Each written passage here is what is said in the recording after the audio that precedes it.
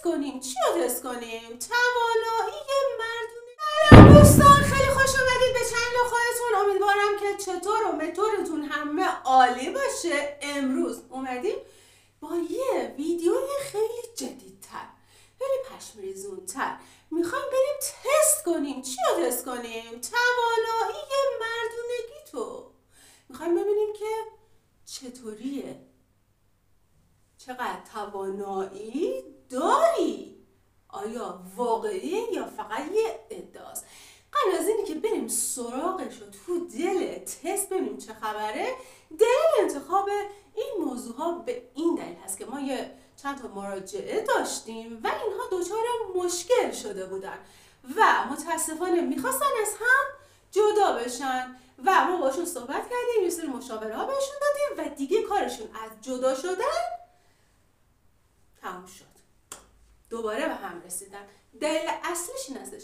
بزن بریم، اما قبل از اینکه بزن بریم باشه حتما ویدیو رو لایک کن، ساب کن، کامنت کن، زنگوله هم بزن تا زمانی که ماریا ویدیو میذاره یوتیوب سری با خبرت کنه. بزن بریم. چرا این تست خیلی مهمه، خیلی اهمیت داره؟ چون که بر اساس مطالعات فیزیولوژیکی و روانشناسی طراحی شده و کاملا هم میشه گفت جدید هست، علمی و ساده است، نیاز به هیچ گونه تجهیزاتی نداره، فقط باید یکم با خودت رو راست باشی، صادق باشی. این از همش مهمتره.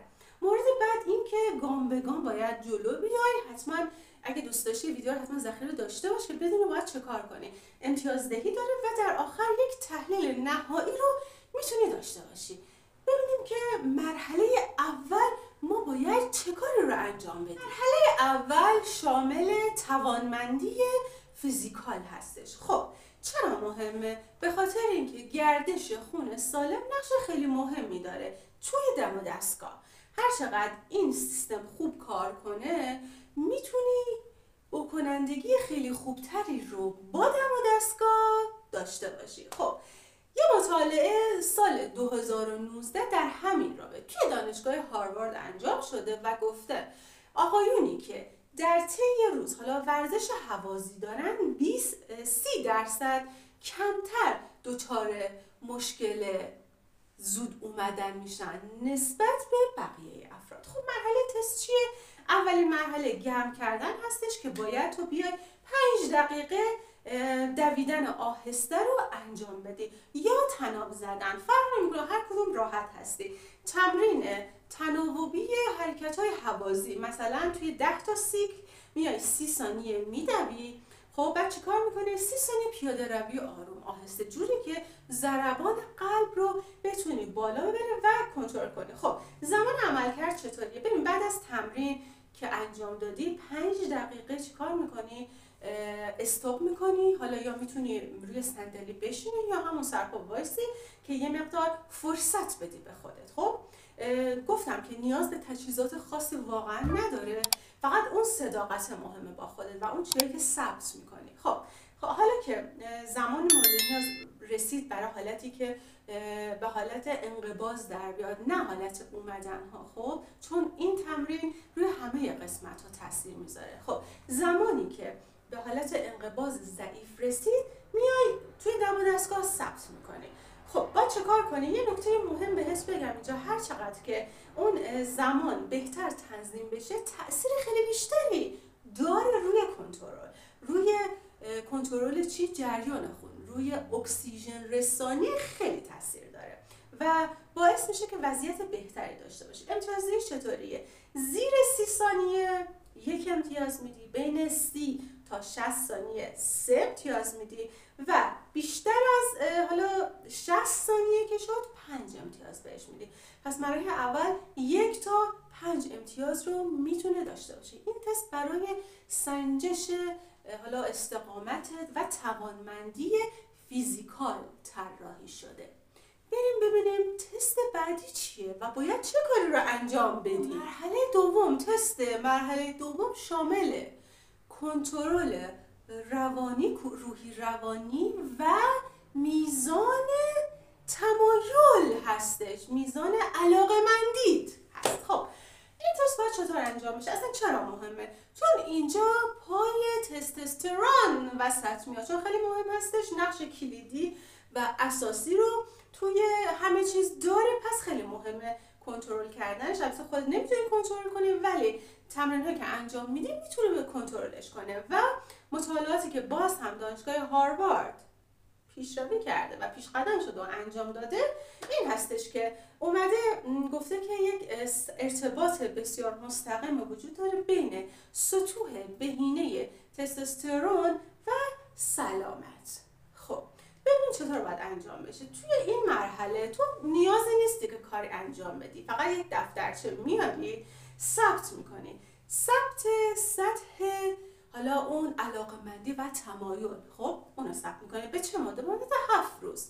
7 روز کار این باشه. صبح که از خواب پا میشی بلافاصله میای میزان علاقه‌مندیت رو میسنجی، طیف نمره دهی بهش میدی از 0 تا 10.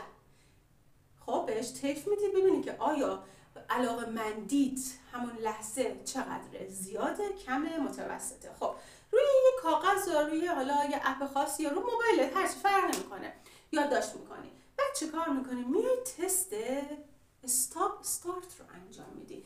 اما این کار، این دستورزی باید کنترل شده باشه، فقط برای این نیست که این تسته، اینو در نظر داشته باش. این روش که داری انجام میدی توی این مرحله تست، آقا اشتباه نگیرش. خب چه کار میکنی؟ میای وقتی که نیمی از اون حالا احساس رضایت داری کسب میکنی و داری تجربه میکنی بلا فاصله متوقف میکنی. خب یعنی یک شوک رو داری اینجا وارد میکنی. 30 ثانیه وایسا، دست بردار، استاپ کن، دوباره استارت رو بزن، دوباره شروع کن. باید تعداد دفعات استارت استاپ رو ثبت کنی، این خیلی مهم هستش. خب نکته که اینجا باید دقت کنی یک نکته پزشکی و علمی داره. این کار باعث کنترل میشه. کنترل چی؟ زود اومدن، دیر اومدن، این رو برات کنترل میکنه و خیلی میتونه نقش حمایتی رو هم برات داشته باشه. خب زمانی که این کار رو انجام دادی اون وقت هست که بعد میتونی توی شرایط اصلی، خب شرایط اصلی مدیریت کنی. امتیازدهی چطوریه؟ امتیاز ثبت تمایل روزانه، علاقه‌مندی‌های روزانه چطوریه؟ میانگین اگر که زیر حالا مثلا 4 بود تو بهش امتیاز 1 رو بده. اگر که بین 4 تا 7 بود امتیاز 3 رو بهش میدی. اگر که بین 7 تا 10 بود، یعنی که 7 به بالا بود، تو امتیاز 5 رو بهش بده. این از اینو بذار کنار، بریم سراغ تست استارت استاپ، چطور بهش امتیاز بدی. خب اگر که زیر 2 بار تو توقف داشتی 1 رو بهش بده. اگر که بین 2 تا 4 بود تو بهش عدد 3 رو میدی و اگر که به بالا بود 4 تا به بالا توقف بود تو 5 رو بهش بده. پس این مرحله جمع امتیازاتش بین حالت اینجا 2 تا 10 هستش. خب این هم این مرحله. بریم ببینیم مرحله بعد قراره چه اتفاقی بیفته. آیا قراره به فاوزما بریم یا نه قراره نتیجه بگیریم؟ ببینیم که توی این مرحله با چه حرکتی چه کاری باید انجام بدیم. ببین تست اینجا توی این قسمت برمیگرده به ارتباط کلامی و غیر کلامی با طرف مقابلت. خب چرا مهم هستش؟ ببین همطور که میدونیم انتقال و بیان صحبت هامون، احساساتمون، احتیاجاتمون به طرف مقابل خیلی مهمه. خدا این نیرو رو به ما داده که ما بتونیم صحبت کنیم با طرف مقابلمون. طرف مقابلمون علم غیب نداره، پس نمیتونه درک درستی رو داشته باشه زمانی که تو حالا حرف نزنی و سکوت کنی. در این رابطه دانشگاهی که توی کالیفرنیا بوده سال 2019 یه تحقیق روانشناسی انجام داده و گفته آقایونی که با طرف مقابلشون حرف میزنن سنباک نمیشینن، خب 40% موفق ترن توی رابطه های پایدارشون و این مورد خیلی موفق تر هستن و میتونن یک ارتباط دائمی رو داشته باشن. خب مراحلش چطوری؟ بریم سراغ مراحل تستش. اولین مرحله تمرین دیالوگ باز یعنی صحبت کردن هستش با طرف مورد اعتمادتون، با شخص مورد نظرتون. خب به مدت 10 دقیقه در طی روز باهاش صحبت میکنید در مورد خواسته ها، انتظاراتتون. خیلی راحت انتظاراتتون صحبت میکنید. خب خیلی مهمه که تو خجالت نکشی، رو در بسی اینو مسخره بازی بریزی دور، خیلی راحت باهاش حرف بزنی. خب بعد که این کار انجام دادی، میزان راحتی و شفافیت صحبت ها تو میای ثبت میکنی، امتیاز بهش میدی. آقا از 0 تا 10 یک طیف 10 نمره، 0 تا 10 بهش نمره میدی. خب اینو بذار کنار، تمام شد. میری سراغ body language. این مهمه، ارتباط غیر کلامی. دیگه تو اینجا نمیخوای صحبت کنی، حالا مقابل دوربین مثل من و یا اینکه مقابل آینه وایسا چی کار میکنی؟ 3 دقیقه حالت چهره خودت و حرکت‌های بدن خودت رو ثبت میکنی، نگاه میکنی، ببین که مثلا به وجد میای، خوشت میاد یا نه. خب بعد از دوستت، آشنا، فک و فامیل، کسی که باهاش نزدیکی یا نه کسی که تو کوچه خیابونه بهت بخنده بگه این خل شده. خب با کسی که احساس راحتی داری و اعتماد بهش داری چی کار میکنی؟ بخوا که درجه طبیعی بودن رفتارت رو بهت بگه. خب و جذابیت حرکت ها رو بررسی میکنی. از 0 تا 10 بهش امتیاز میدی.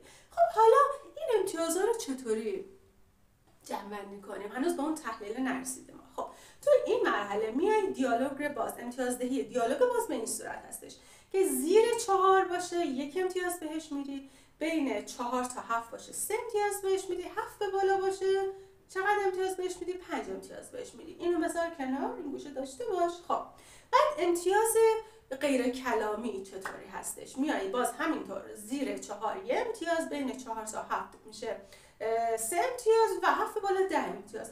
جمعاً مجموع امتیازات باز هم توی این مرحله میشه 2 تا 10 امتیاز.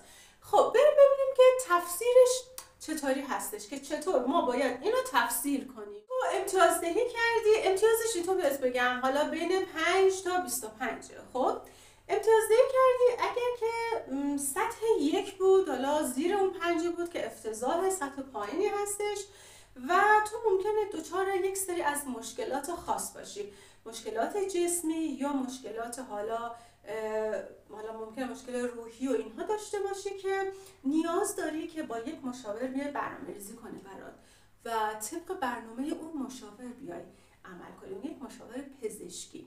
خب اگر که حالا اوکی بود، سطح 2 بودی، یعنی امتیازت بین 11 تا 18 بود، اوکیه، متوسطه، خوبی، باز هم میتونی مشاوره بگیری از کسی که درمانگر هستش، درمانگره و میتونه بهت خیلی راهکارهای علمی رو بگه.